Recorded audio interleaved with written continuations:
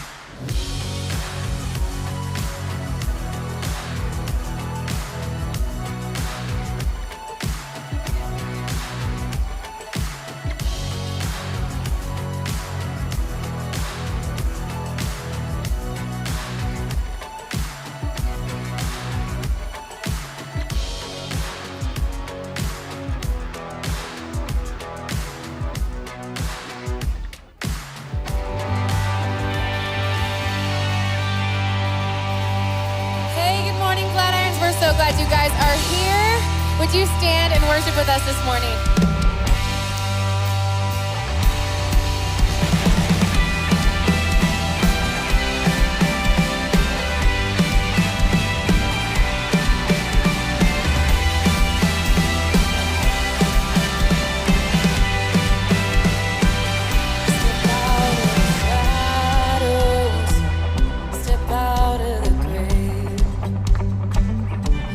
Into the wild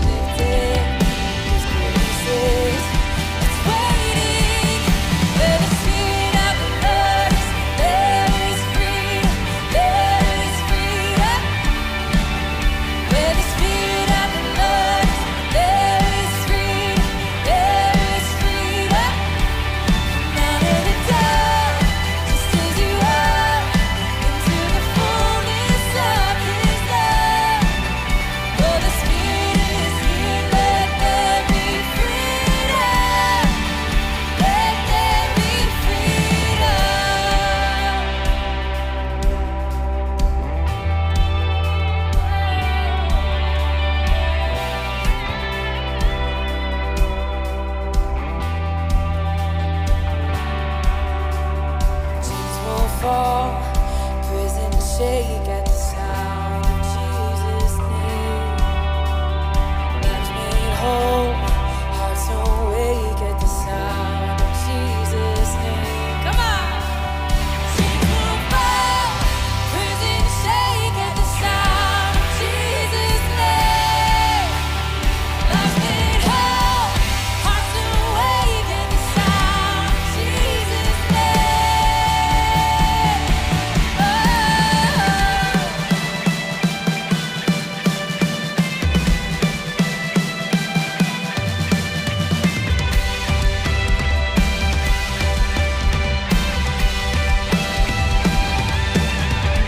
Where the Spirit of the Lord is, there is freedom, there is freedom. Where the Spirit of the Lord is, there is freedom, there is freedom. Come out of the dark, just as you are, into the fullness of His love. For the Spirit is here, let there be freedom. Let there be freedom. Oh, hallelujah. Let there be freedom.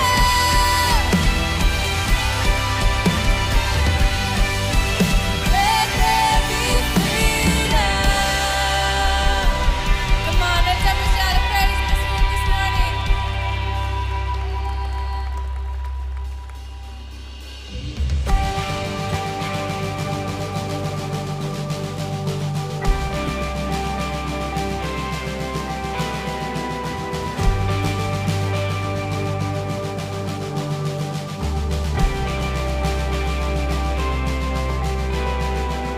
Just one word, you calm the storm and surround me. Just one word, the darkness has to retreat. Just one touch, I feel the presence of heaven. Just one touch, my eyes were open to see. My heart can't help but believe. There's nothing that our God can't do. There's not a mountain that He can't move. Oh, praise the name that makes a way. There's nothing that our God can't do. Oh, just one word, you heal what's broken inside. Just one word, and you revive every dream. Yeah, yeah.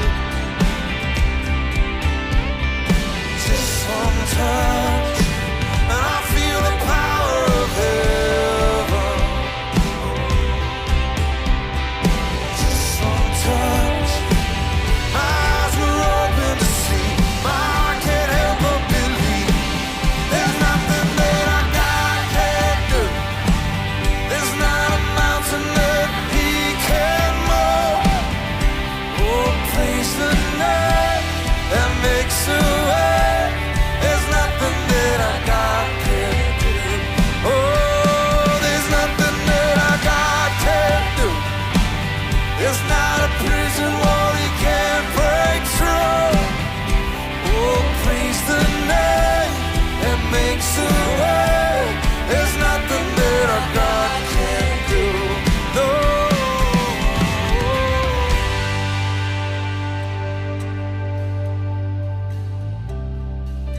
Sing this out with us. I will believe for greater things. There's no power like the power of Jesus. Let faith arise. Let all agree. There's no power like the power of Jesus. I will believe for greater things. There's no power like the power of Jesus. Let faith arise. Let all agree. There's no power like the power of Jesus. I will believe for greater things. There's no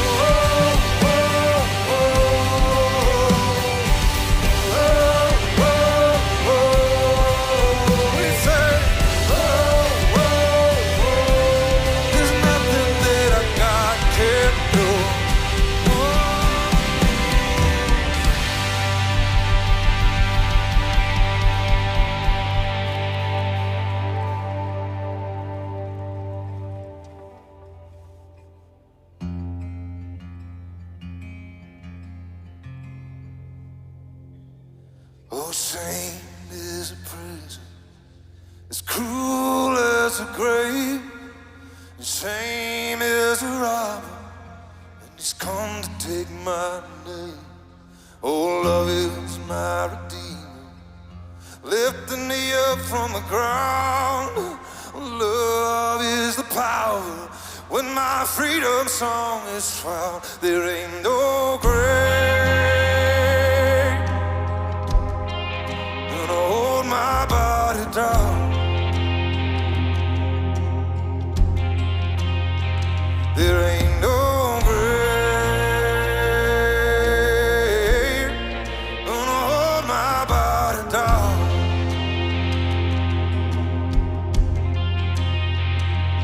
When I hear that trumpet sound, I'm gonna rise up out of the ground.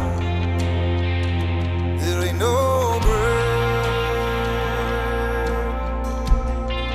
gonna hold my body down.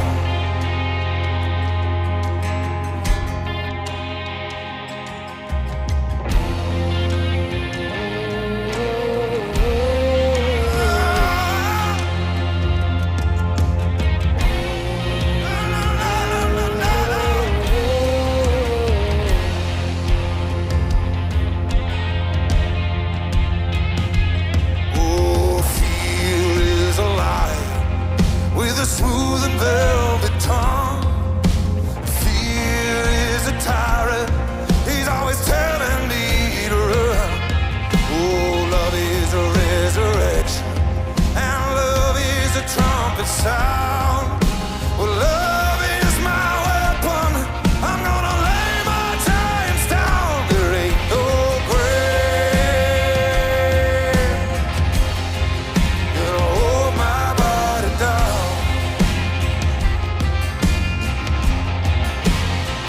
There ain't no grave gonna hold my body down.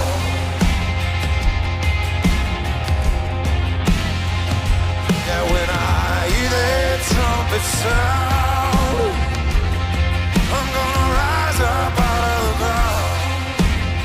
'Cause there ain't no grave gonna hold my body down.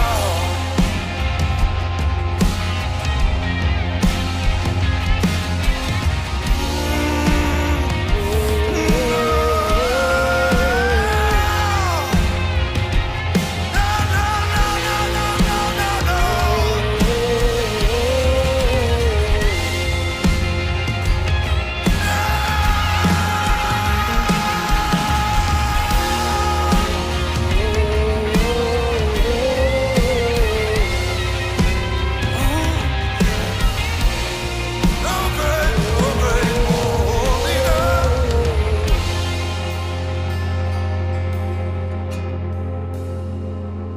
Oh, there was a battle, a war between death and life.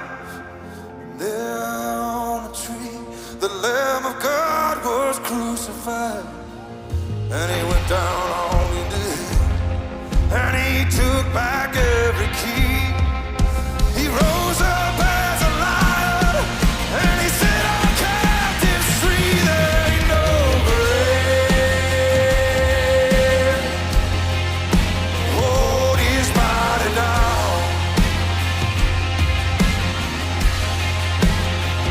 There ain't no grave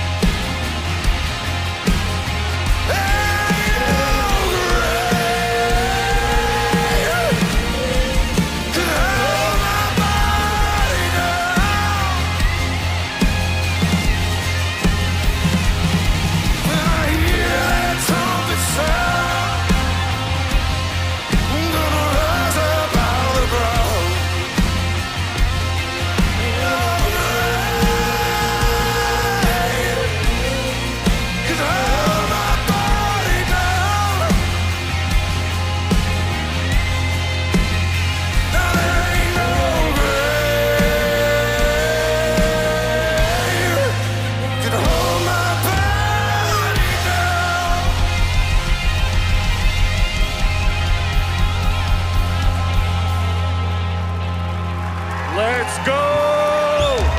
Let's go! They, am I on? Am I on? Can you hear me?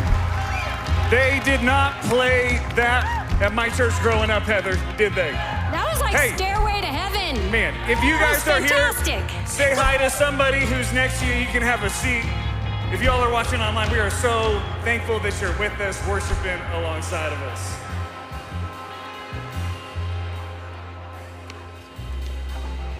Well, hey everybody, my name is Jesse, and then this is Heather, our Lafayette campus pastor. We are so glad you're here. Hey, everybody.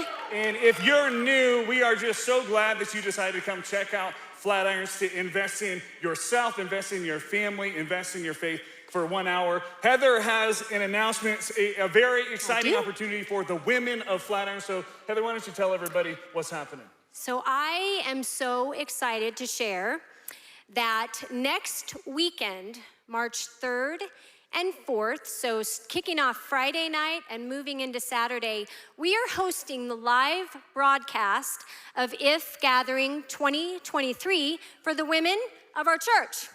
All right. Yeah, you can clap for that. So here's what you can expect for next weekend. You can expect some amazing teaching. So it is a fantastic lineup. We're gonna live stream that here at Lafayette. And then you can expect some live worship. So Lindsay and her crew will be here, and that in and of itself is worth coming for. And then of course, community. So we are gathering women together to look upwards, hear from Jesus, be reminded that he is what we need, that he is what we need. So if you are in a season right now where that sounds really good to you, where you want to be in the company of other women, you want to hear some excellent teaching, then this is for you. You won't want to miss it. So you can scan the QR code. There is a link to register. It's $19. There's also some links to the IF 2023 website so you can see the lineup. So, and if you are joining us online and you are able to get here next weekend, please come. It's gonna be fantastic. Man, it's so good. And again, just want to speak to the women of our church. This is an opportunity for you to gather with hundreds, if not thousands of women from all of our campuses to invest in your faith, to learn a little bit more about what Jesus wants for us living in 2023. Gonna be amazing. Make sure you register. And for the men in the room, if you want a way to give back, whether that's to make an investment in your wife or your girlfriend, to serve them, to serve the women of our church, we could use some men to be greeters, to work security, to help with facilities that weekend too. And so if you're available and interested for that, just head out to the lobby after the service. There's an IF table and we can get you more information about that. So today we're in week 2 of Cause and Effect. So excited, Ben's teaching. Will you just welcome Ben up to the stage? All right, good morning, Flatirons. I hope you're enjoying this awesome weather. Yesterday, in my mind, was like perfect. It's the perfect Colorado day. It was beautiful. And it actually started to melt the snow in my north-facing backyard for the first time in 2 months. So I was able to kind of stand in the backyard and like see grass, and then also see about 2 months worth of dog poop that I've got to go clean up. So when I'm done doing this today, I'll be going home and I will be seeing if I can get my son to do that. Welcome back to this series that we've called Cause and Effect. If you've been coming kind of routinely, you know that for like the last couple of months, we've been talking about faith. That's a word that church people throw around, but half the time we don't even know what it means. And so we've been talking about like, what is faith? And then how can we go on like a faith journey like people talk about, both individually and then also together as a church. And this series continues our conversation about faith by leaning into cause and effect, meaning if we have faith, then how are we supposed to live now? Like what is supposed to change? What's supposed to be the result or the effect of having faith? And throughout the series, we're doing that by looking at stories that Jesus told. And they're all stories that he told that point to the new and better life that is supposed to be the result, the effect of putting our faith and trust in him. And so we're gonna do that today. But before we jump into one of the stories that Jesus told, I wanna tell you a story from my own life before we do that, right? So it was 1996, and I was 11 years old in 1996. And if you're in my generation and you were a young boy in the mid-90s, it didn't matter where you lived, it didn't matter where you were from, you were a Chicago Bulls fan because you were a Michael Jordan fan, right?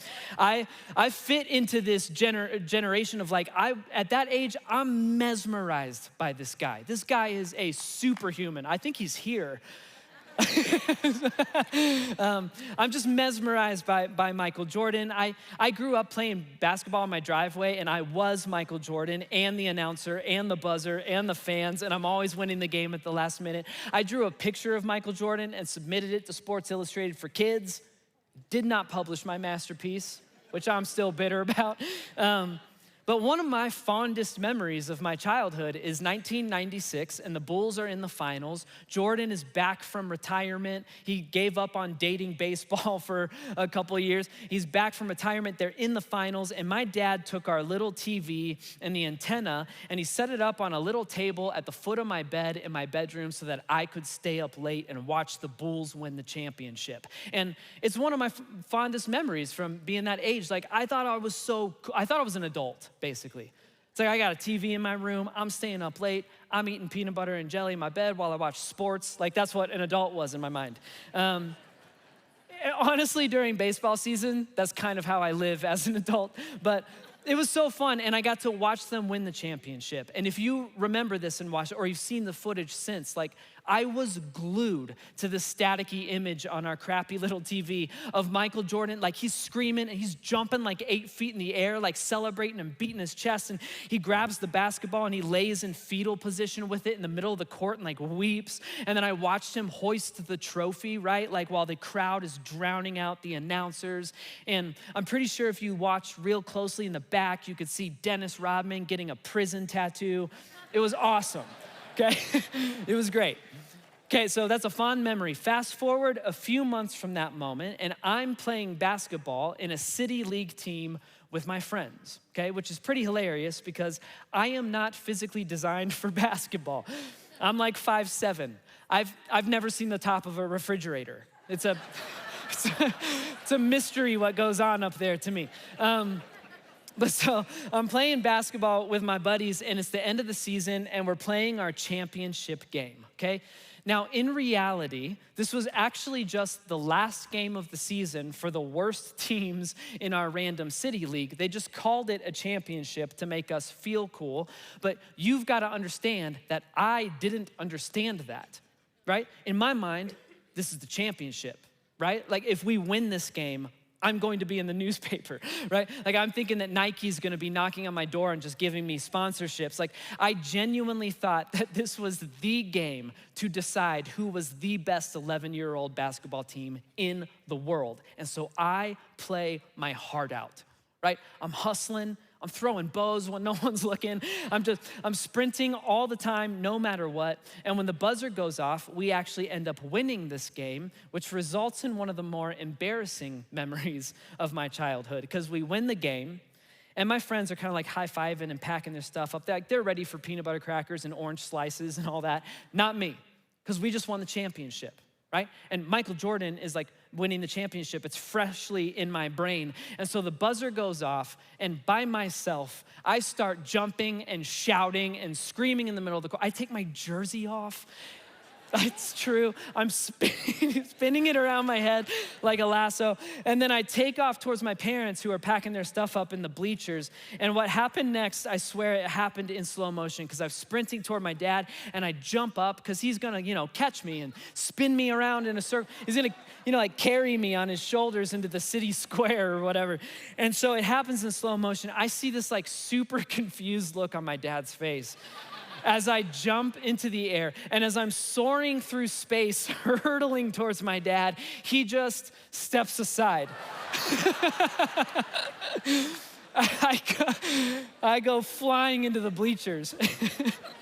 And this is when I snap to reality, and I start to like come to my senses, and I realize people are staring at me like, what's wrong with this kid? None of my other teammates are celebrating as much as I am.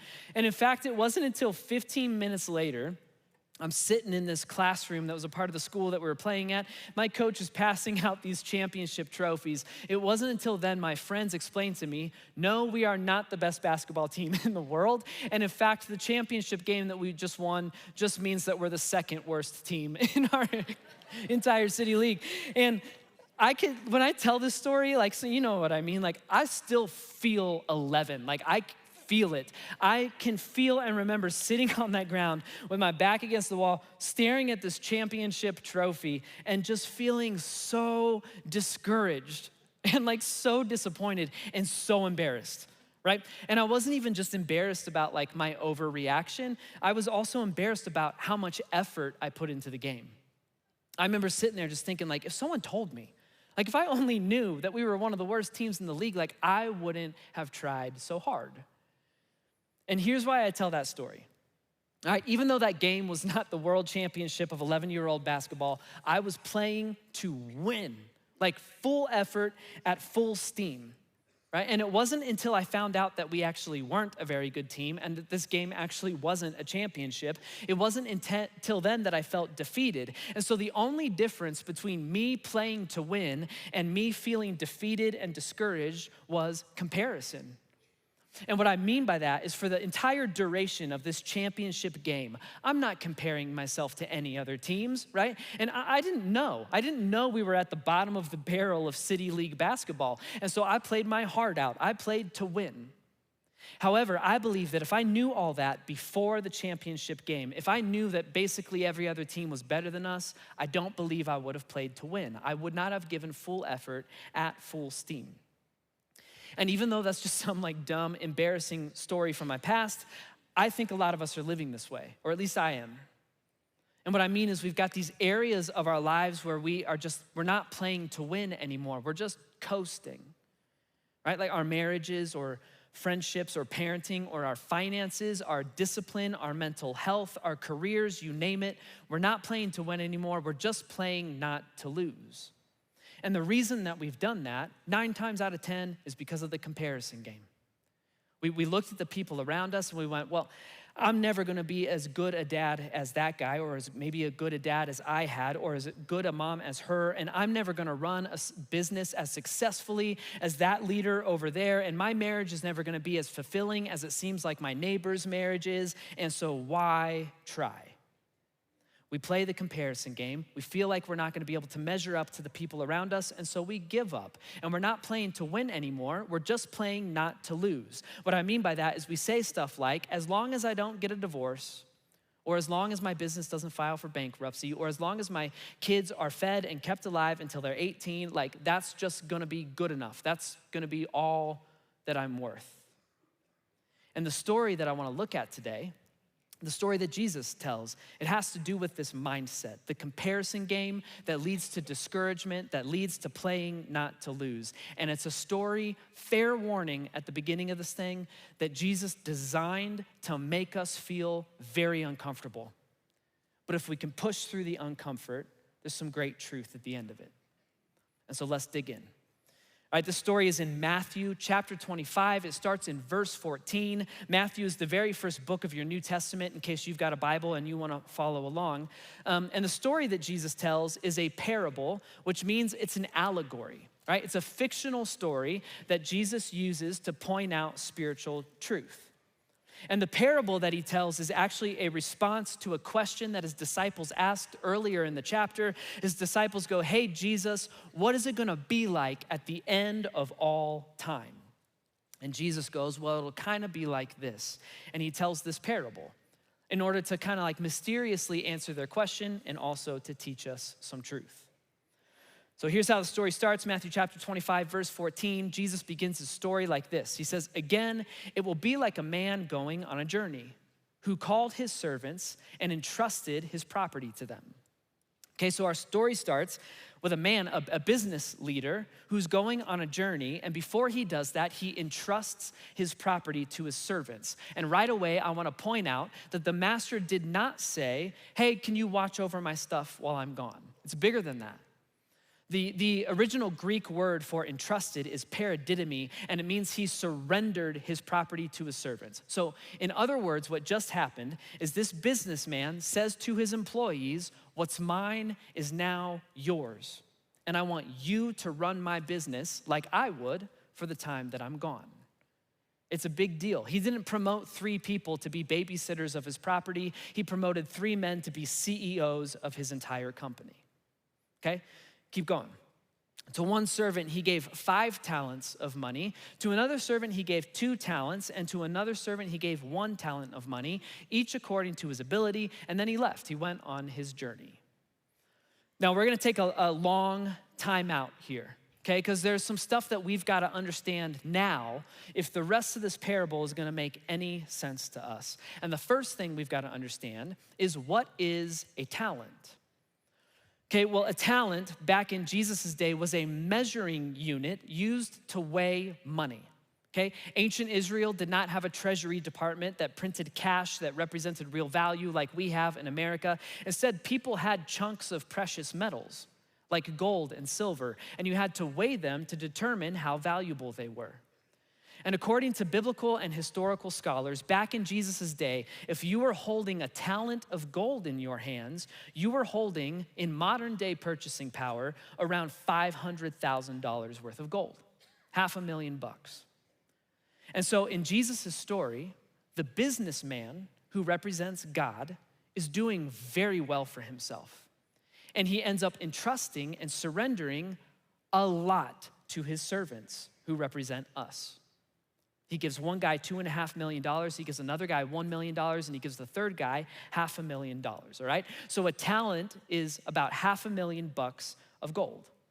But also, like all of Jesus's parables, the talents in the story represent something different. And in this story, the talents represent the gifts and abilities that you and I have been given. In fact, when we think of the word talent, that's what we think of, right? We say someone's talented, what we're saying is they have been gifted with certain unique and incredible abilities. That's because the English word talent originates in this parable. It's only in our vocabulary because people unanimously agree that the talents represent our gifts and our abilities. Okay, now, with that being said, for the rest of the time that we hear this story from Jesus, we're supposed to be picturing our gifts and abilities, the things that we're good at, and the people and the stuff that we've been responsible for, which causes me, at least, to already in the first 2 verses of this story see a few interesting and even uncomfortable things that Jesus is saying about our talents.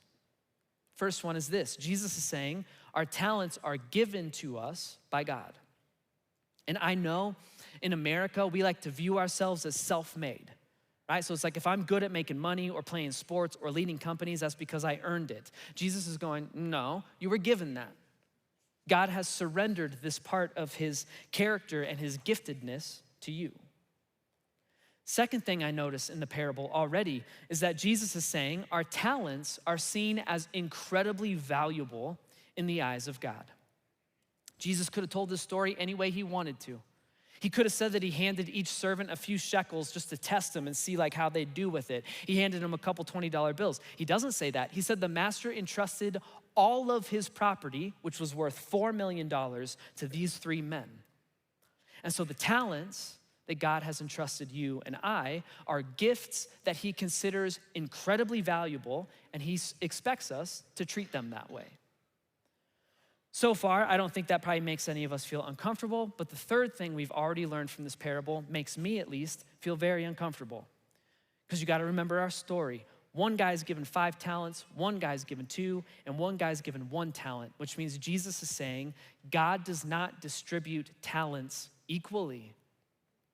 And again, we live in a culture that says you can be whatever you want to be and do whatever you want to do. If you just work hard enough or learn more or watch enough YouTube videos or master classes, then you can be the next president or the next Steven Spielberg or Babe Ruth or Steve Jobs or whatever. But according to Jesus' parable and other parts of the Bible, and if we're being honest, just day-to-day reality that we encounter, apparently that's not true.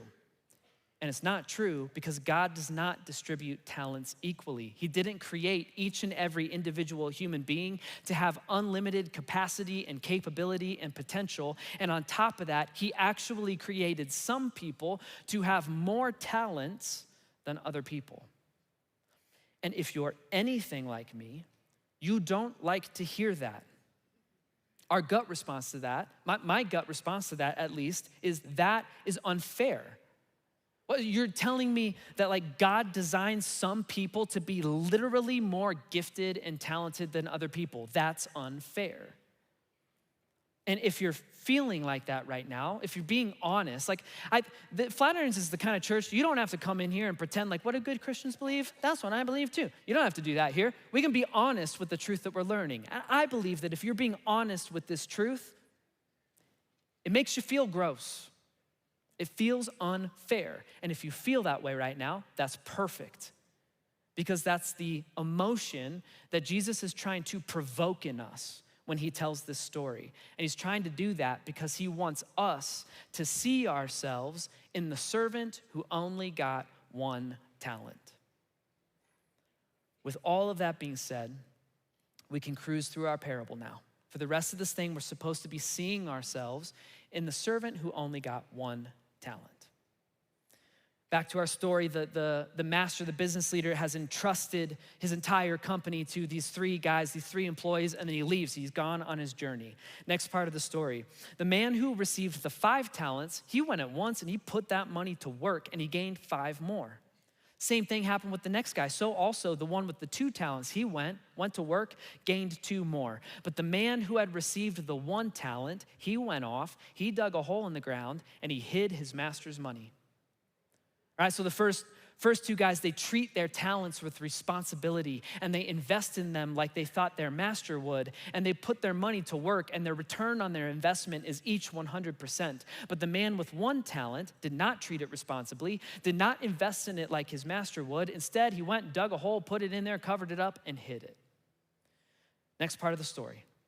After a long time, the master of those servants returned, and it's time to settle accounts with them. What'd you do with my money? The man who received the 5 talents brought the other 5. Master, he said, you entrusted me with 5 talents, and see, look, I went and gained 5 more. And his master replied, well done, good and faithful servant. You've been faithful with just like a few things, and I'm gonna put you in charge of many more things. So come and share in your master's happiness. Then the man with the 2 talents, he also came. Master, he said, you've entrusted me with 2 talents, and see, look, I went and I gained 2 more. And the master replies, says the same thing. Well done, good and faithful servant. You've been faithful with a few things, and I'm gonna put you in charge of many things. Come and share in your master's happiness. Master returns, time to settle accounts, and he's so happy with the first 2 guys because they were faithful with the talents that were entrusted to them. They put them to work. They invested in them in the same way that the master would have invested in them. But meanwhile, our guy, the servant who only got 1 talent, he's been standing by. And it's his turn next. And I'm imagining that like at this point, after watching these 2 guys go first, like he's sweating, he's red in the face because he knows that he wasn't responsible with his 1 talent. He didn't use it like his master would have. And so now it's his turn. And what does he start doing? He starts making excuses. Look at this. Then the man who had received the 1 talent came. Master, he said, I know you're a hard man, and you harvest where you've not sown, you gather where you've not scattered seed, and so I'm afraid of you. And so what I did is I went and I hid your talent in the ground. But see, look, I brought it back to you. I didn't lose it, I didn't spend it. Here's what belongs to you. This man makes excuses, and they are excuses that are based on some deeply rooted bitterness and resentment toward his master. He name calls. The servant says, yeah, you're a cold, hard, and severe man. He even brings into question whether or not this master is leading an ethical business to begin with. He goes, you harvest where you steal from other people's farms. Here's what's interesting. There is nothing in this story to suggest that the master is cold, hard, severe, or stealing from other people's farms. In fact, the story shows the exact opposite. This dude trusts his servants as if they are his own sons. He gives them opportunity. He surrenders his business into their hands. And then when he returns, he can't wait to celebrate the wisdom and hard work of the first two guys. He praises them. He encourages them. He doubles down by giving them even more responsibility, and he tells them to come and share in his happiness. Everything in this story points to this master basically being best boss ever. And so why is this third servant so bitter? And this is where we get to the crux of the parable. This is the reason Jesus is telling the story in the first place. The man is bitter because, like we talked about a few minutes ago, he thinks his master is unfair. And he thinks his master is unfair because he's playing the comparison game. He's comparing himself to the other two servants. He's going, this guy over here, he got 2 talents. And Todd, of all people over here, got 5 talents, and I only got 1 talent. And so he's bitter, and he's trapped in self-pity, and the result, the effect, is that he did nothing with the talent that was entrusted to him. And I think we're smart enough to begin making connections here to our own real life. But just in case you feel lost, don't worry. Hang on to this idea. We're coming back to it in just a minute. Let me finish our story first. Okay, this servant, he makes excuses, and the master is not happy with that. He says this next, master replied, "You wicked, lazy servant." Okay, so you knew something about me? You know that I harvest where I've not sown and I gather where I've not scattered seed? Well then, okay, if that were true, you could have at least put my money on deposit with the bankers so that when I return, I would have received it back with interest. In other words, the master goes, you are wicked and you are lazy. And even if it was true that I'm a cold, hard, severe man who steals from other people's farms, even if that was true, you could have done the bare minimum. You didn't even do that. You went out of your way to do nothing with the talent that I gave you. And so the master takes action. And not only is his action scary, but it's just the end of our parable. The master commands, take that talent away from him, give it to the one who's got 10 talents. For everyone who has will be given more, and he will have an abundance. But whoever does not have, even what he has will be taken from him. And then take this worthless servant outside into the darkness, where there will be weeping and gnashing of teeth. The master takes the talent away from the lazy servant. He goes and gives it to the responsible servant, and then he fires the lazy servant.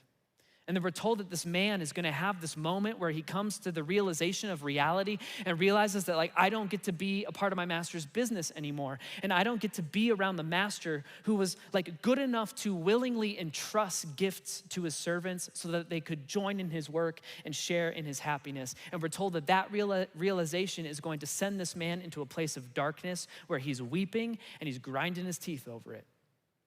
The end. No happy ending to the end of this parable. It's a long parable, so after all of that, what does this have to teach us living in Colorado in 2023? Well, if the end of that story makes you uncomfortable, it's because it's supposed to. And that's because Jesus is trying to give us a stark warning. And because Jesus is good and he's truthful, he doesn't pull any punches.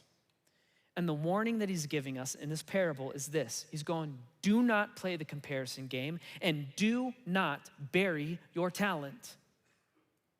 The point of Jesus' story isn't even the amount of talent that you got. Here's what I mean by that.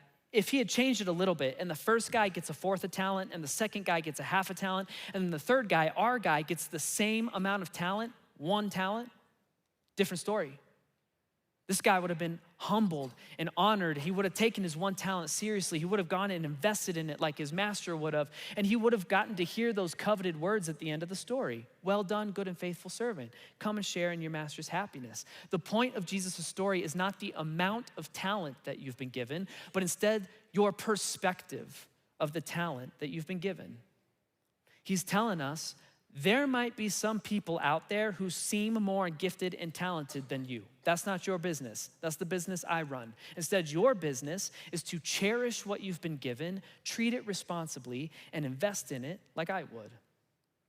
But when you and I play the comparison game, And we start to look at what other people have that we don't. Just like the servant, we become bitter and resentful. Sometimes we start to wonder if maybe something's even wrong with us, and then we give up. And just like the servant who buried his talent so that it wouldn't get lost, you and I simply end up playing not to lose. We stop playing to win. At least I'll speak for myself right now. I do this. I play the comparison game, and then I play not to win. I see this in my own life, okay? Like there are some areas of my life where I'm starting to get it figured out. Like I've stopped playing the comparison game, and the result is that I'm lighter and freer, and I'm able to approach my talents more responsibly. One example of that is literally what I'm doing right now. It's teaching. Okay, when I first started doing this, used to play the comparison game all the time. I compared myself to every other teacher who's ever lived and existed. It was unhealthy, it was destructive, but now years later, with a lot of help from Jesus, I'm in this place where I understand that I have more teaching talent than some people, and I have much less teaching talent than other people, but I've got what I've been given, and I'm gonna use it. And so I know that there are better teachers out there, but I'm kind of in this healthy, free place right now where I'm going, for example, I'm going, you know what? I'm not the next Jim Burgen, but that's okay, because you know why? Jim Burgen ain't the next Billy Graham or whoever, you know? And Billy Graham wasn't the next Jonathan Edwards, who wasn't the next John Calvin, who wasn't the next Apostle Paul, who wasn't the next Jesus Christ. Like, if you play the comparison game, you always lose, because you're always gonna be able to find someone with more talent and giftedness than you. And so like with the teaching, I've stopped playing that game. One of the healthiest things I've ever done with my life. But then in other areas of my life, I'm at square one, right? And it's like, I'm the bitter, like resentful, whiny servant from Jesus' story. For me, one of those examples is fatherhood, if I'm being totally honest with you. It's fatherhood. I've been given the gift, like God has entrusted to me, He's surrendered to me 3 of His creations. Their names are Emery, Micah, and Chloe. And I want to invest in them wisely, but I find myself getting trapped in the comparison game. And maybe some of you know what this is like. It's like I look at other fathers and I'm like, what is the point of even trying? Like, I'm never gonna be this guy over here. I end up creating a picture in my head of every other dad that exists, and they're all like superheroes. They're all the kinds of guys that, like, when their kid is learning to ride a bike and the kid falls over, then this is the kind of dad, he walks up and he's like, son, let me wipe the tears from your face with these hands of mine that are calloused from building our own home, from the logs that I felled, or whatever. You know, it's like you're falling off the bike reminds me of Plato's allegory of the cave and the kids eating it up, or whatever. This is like my picture of how other dads are operating. Or I picture that like in every other household at dinner time, families are eating meals that they're like meat that their sons have hunted and vegetables that their daughters have gathered, and the dad is like at the head of the table beaming with pride, right? This is what I picture. Meanwhile, I'm out here trying to convince my kids that like goldfish can be just as delicious as Cheez-Its if you use your imagination. That's the level I'm at right now. So you get it, I'm playing the comparison game. And it's just a game I always lose, right? And the effect of it is I stop playing to win. Okay, so for me, for example, I know what I need to be doing. I know that I need to get one-on-one time with each one of them. I gotta go schedule fishing with Micah. I gotta schedule roller skating with Emery. She loves roller skating. I gotta go schedule a dinner date with Chloe, but then I get locked up. And in my head, I'm like, well, what if they don't actually wanna spend that time with me? And what if we have nothing to talk about? And my real fear is, what if I end up doing this and it only ends up proving that I'm no good at this dad thing? So then it's just easier to not do it. And I start playing not to lose. When I'm playing to win, I just take Emery on the date and I try my best to connect with her. And I'm sure there's other dads out there who are doing it better, but I'm doing the best that I can. That's when I'm playing to win. When I'm playing not to lose, these are the weeks where I let another lazy Saturday go by while my kids play video games all day long and I zone out on the couch because it's been a hard week and I know I'm not winning with them, but also I tell myself, I'm not losing either. I tell myself, there's worse dads out there, right? I'm not abusive and I haven't left them and they eat 3 meals a day. That's gotta amount to something, right? That is me burying my gifts and my talents. It's me playing not to lose. And I've already been told what happens when I play not to lose. The master in Jesus' story says, for everyone who has will be given more, and he will have an abundance. But whoever does not have, even what he has will be taken from him. In other words, if I treat my kids as valuable gifts that I'm responsible for loving like Jesus would love, I have a shot at abundance in those relationships with my kids. On the other hand, if I play the comparison game, I get trapped in my head, I start playing not to lose with my kids, those gifts could be taken from me. And what I mean is those relationships could disappear. They could end up resenting me. They could end up never wanting to talk to me again after they leave my house. See, the point of Jesus' story is all about cause and effect. If Jesus has given you a talent, an ability, or a gift, or a blessing, then you are responsible for treating it like Jesus would. If your gift is your kids, invest in them. If your gift is leadership, run the best possible company that you can. If your gift is empathy and compassion, seek out the people who are hurting around you and care for them. If your gift is making money, then show the world what generosity looks like for once. If Jesus has given you a talent, even if it's just one, you are responsible to invest in that talent like Jesus himself would. Jim says this all the time, and I love it. The question is not WWJD, like those bracelets that were popular for a while. What would Jesus do? That's not the question. The question is, if Jesus had your life with your job and your family and your friends and your bank account, your past, your baggage, your mental health, if Jesus had your life, what would he do with it? And I'll tell you what he would do if he had any of our lives. That man would play to win. And so let's stop the comparison game. Let's get out of our heads and let's play to win. What do I mean by that? Well, I mean, for example, God did not surrender part of his leadership chops to you. He did not entrust you with leadership chops so that you could run a mediocre company, be a selfish boss, and buy yourself a BMW. I'm sorry, that's not why he gave you leadership. Lead like Jesus leads. Display servant leadership. Be the best boss your employees have ever had. Think of your employees before you think of yourself. You might not be the next Steve Jobs out there, but who cares? Your employees are relying on your leadership to receive paychecks, to buy food and clothes and braces. So get out of your head and get back in the game and play to win. For the dads out there, like you and I, we might not be the next super dad. We might not write the book on fatherhood. Right? We might not be Danny Tanner from Full House or whatever, but our kids, like you and I, are all they got. And they deserve more. They deserve more than dads who are just like doing the bare minimum and blaming it on a long week at work. I am not judging you. I'm preaching to myself right now. Instead, they deserve dads who stopped playing the comparison game and started playing to win. They deserve to see the fatherhood of God through our parenting. So, man, get back in the game, play to win. For the moms out there, you might not be the next social media influencer with a tip a day on how to fold the perfect cloth diaper or make a Michelin star quality lasagna from scratch or whatever. You know, like make a little origami swan to put in your kid's lunchbox. But those kids, they call you mom, and you're all they got. And they deserve more than a mom who's disengaged and distant and blames it on being exhausted. Instead, they deserve moms who stopped playing the comparison game and they started playing to win. They deserve to see the nurturing compassion and leadership of our God through your parenting. So get out of your head, get back in the game, play to win. How do we do that? Well, here's the crazy thing about a parable like this one, and Jesus has lots of these kinds of parables. It's so in your face and it's so convicting and it's so challenging that you don't need anyone else to tell you what to do, because the truth is, if any of this is hitting home for you, you already know what you gotta do. You know the conversation that you need to go home and have with your kids or with your wife. You know the appointment you need to schedule with your doctor to get your mental health under control. You know the change you need to make to your employee handbook. You already know. You don't need me to tell you. The challenge from me and the challenge from Jesus' parable is stop making excuses and go and do it. For me, my thing is I have to schedule one-on-one time with all three of my kids, and I've got to schedule a monthly date with my wife, Allie, and I commit to doing that today before the sun goes down. That's my thing. I don't know what your thing is. I'm not your Holy Spirit, okay? But you know what your thing is.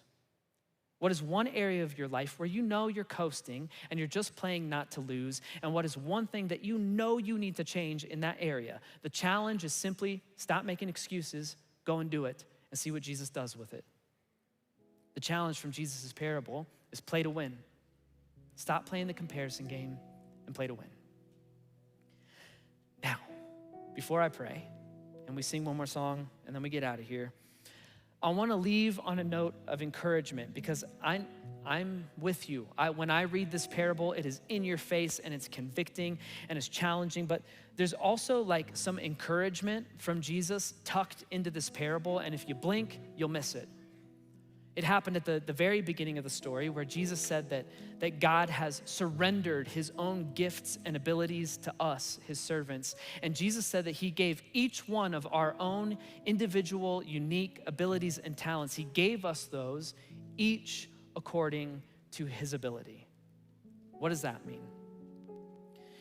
It means before you and I can play to win, we first have to pause and remember that God gave us our gifts, our responsibilities, our blessings, our abilities, each according to our capabilities. In other words, he didn't give us anything that we can't handle. And it means that you have the marriage that you have because Jesus knows that with him, you're capable of faithfully leading it.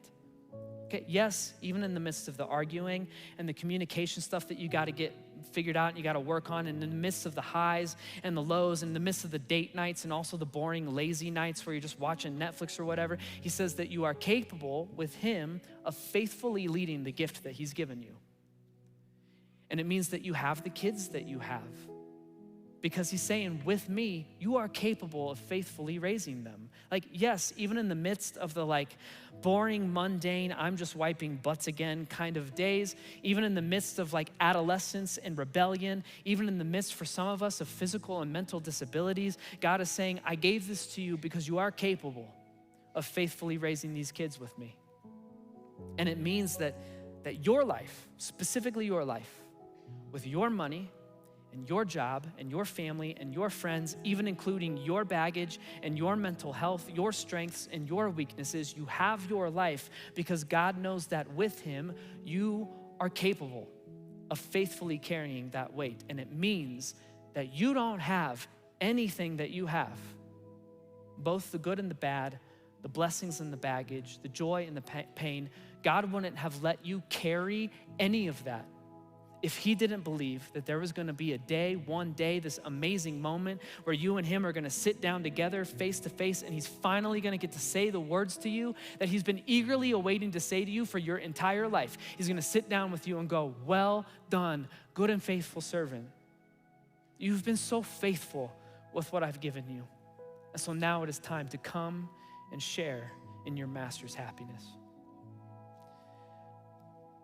God, this is a heavy and convicting and challenging story that you told.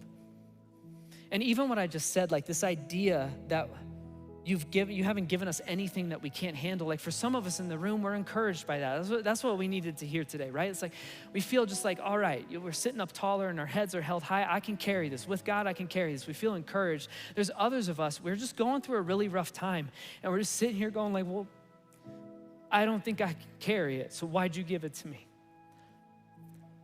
Why'd you give that thing to me? I can't carry it. God, for the people who are encouraged, fuel that encouragement, but then for the people who are sitting here going not true, I can't carry it.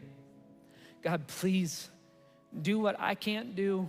No song can do, no sermon can do this, no friend can do this. Do what only you can do, speak even just a little bit of peace into those people's hearts, just enough to get through at least one more week. God, even though this is a convicting and a challenging truth, I'm thankful for it. God, thank you for being the kind of God who willingly surrenders beautiful parts of your character and your giftedness to us, not to run a test, not to challenge us to see how we do with it, but instead you're just a good master and you want us to enjoy in your work, and you want us to join you in your work, and you want us to share in your happiness. So even though it's a challenging, convicting truth, God, I'm still thankful for it.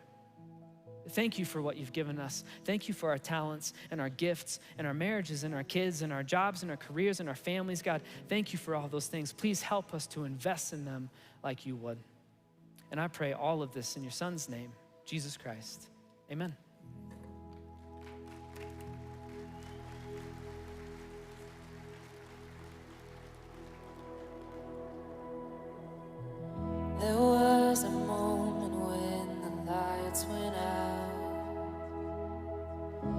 Death had claimed its victory. The King of love had given up his life. The darkest day in history. There on a cross they made for sinners. For every curse his blood atoned. One final breath and it was finished. But not the end we could have known. For the earth began to shake, and the veil was torn. What sacrifice was made as the heavens roared?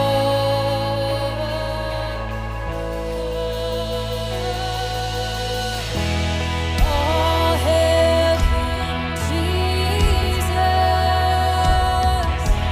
All hail the Lord of heaven and earth!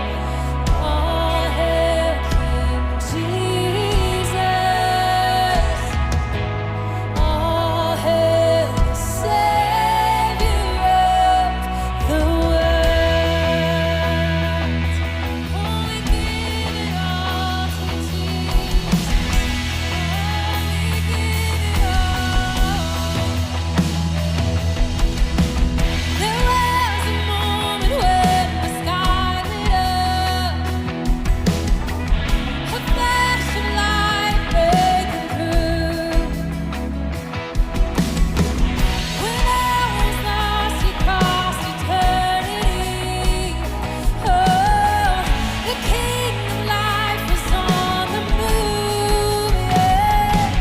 For in a dark, cold tomb, where our Lord was there, one miraculous bread, and one forever chance.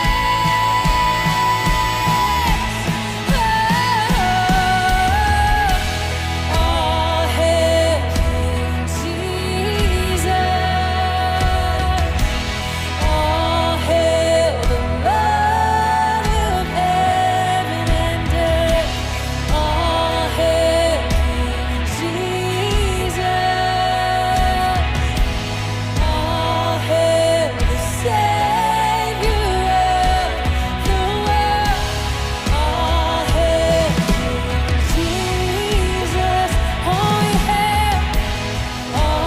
hail the Lord of heaven and earth! All hail King Jesus! All hail the Savior of the world!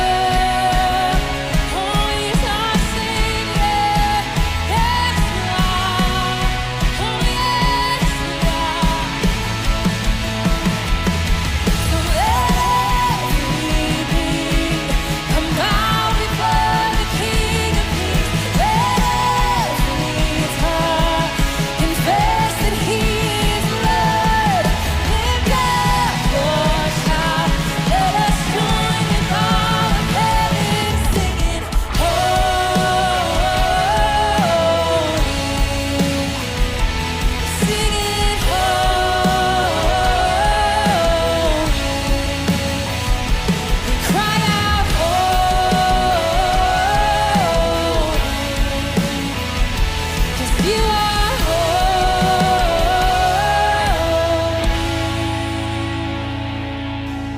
Let's sing that together again. All hail King Jesus. All hail King Jesus.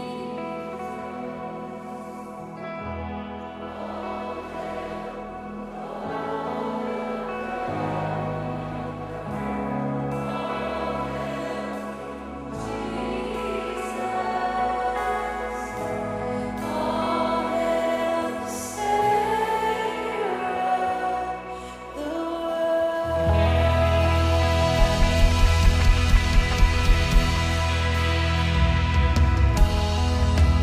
Flatirons, we love you guys so much. If you need prayer for anything that came up for you in Ben's talk, we have an awesome prayer team up front that would love to pray with you today. Otherwise, check out our if table in the lobby to volunteer or to attend. We'll see you guys there. We love you. Have a great week.